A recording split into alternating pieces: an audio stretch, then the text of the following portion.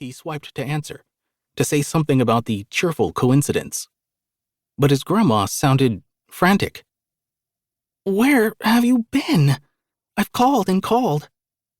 Service is spotty at the library. What's wrong?" "It's Antonio." His brother's strange voicemail crackled through Gilbert's memory. "Is he okay?" "Do I sound like he's okay?" Grandma Rosemary sighed. "I'm sorry, sweetheart. It's just, he got hurt." "How hurt?"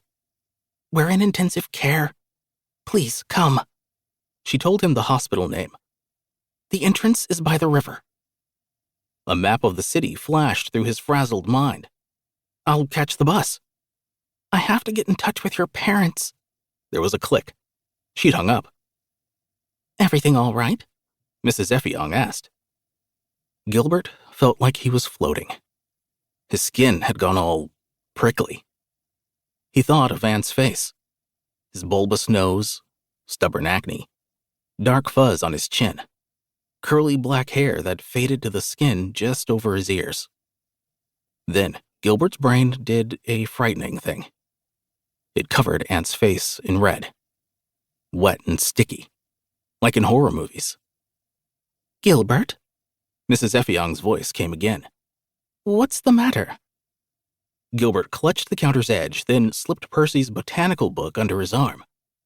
"My brother. There was an accident. I have to go."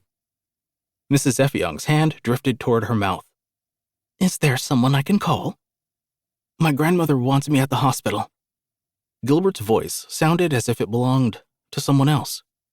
"And my parents are—" "Let me give you cash for a cab. I have a Metro card. I'm not sure I feel comfortable."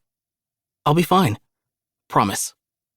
He retrieved his coat and scarf and hat from the chair behind the circulation desk. "You have my cell number?" the librarian asked. Strange how those were the words that should make his eyes sting. "I do," he answered, fighting to look all business.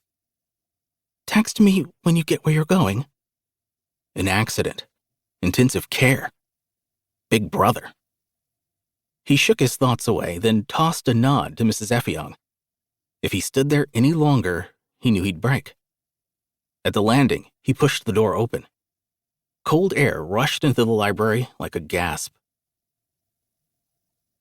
Snow flurries started when the crosstown bus finally stopped. Gilbert tugged his scarf tight and trudged to the hospital entrance around the corner. A security guard pointed him to the second floor.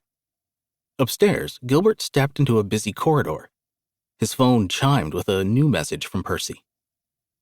"My mom wants to know what toppings you want. Meatballs, peppers, olives?" Percy. In the rush to get here, Gilbert had forgotten to tell them about Aunt's accident. "My brother is in the hospital." "OMG. Everything all right?" "I'll text you in a bit." Percy answered with a bunch of question marks. Gilbert was filled with a bunch of question marks himself. He remembered to text Mrs. Effiong, then crept to the room the security guard had mentioned. The door was open wide. Inside, a dim light hung on the wall over a headboard.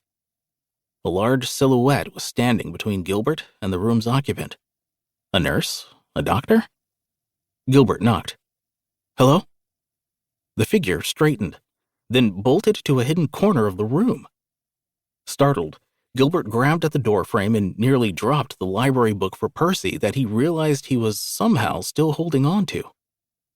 Finally, he saw his brother, and any notion of the shadowed figure flew out of his head.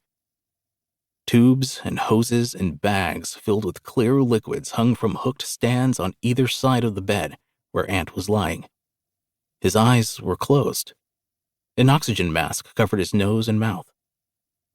Gilbert took Aunt's hand. What happened to you?" A noise came from behind him. He turned to find a closed door. That shadowed figure. Was this where they'd gone? A small placard read restroom. He looked to his brother. A large bandage covered Aunt's lower left cheek. Another was taped to Aunt's throat, snaking beneath his hospital gown. The skin around Aunt's eyes was purple.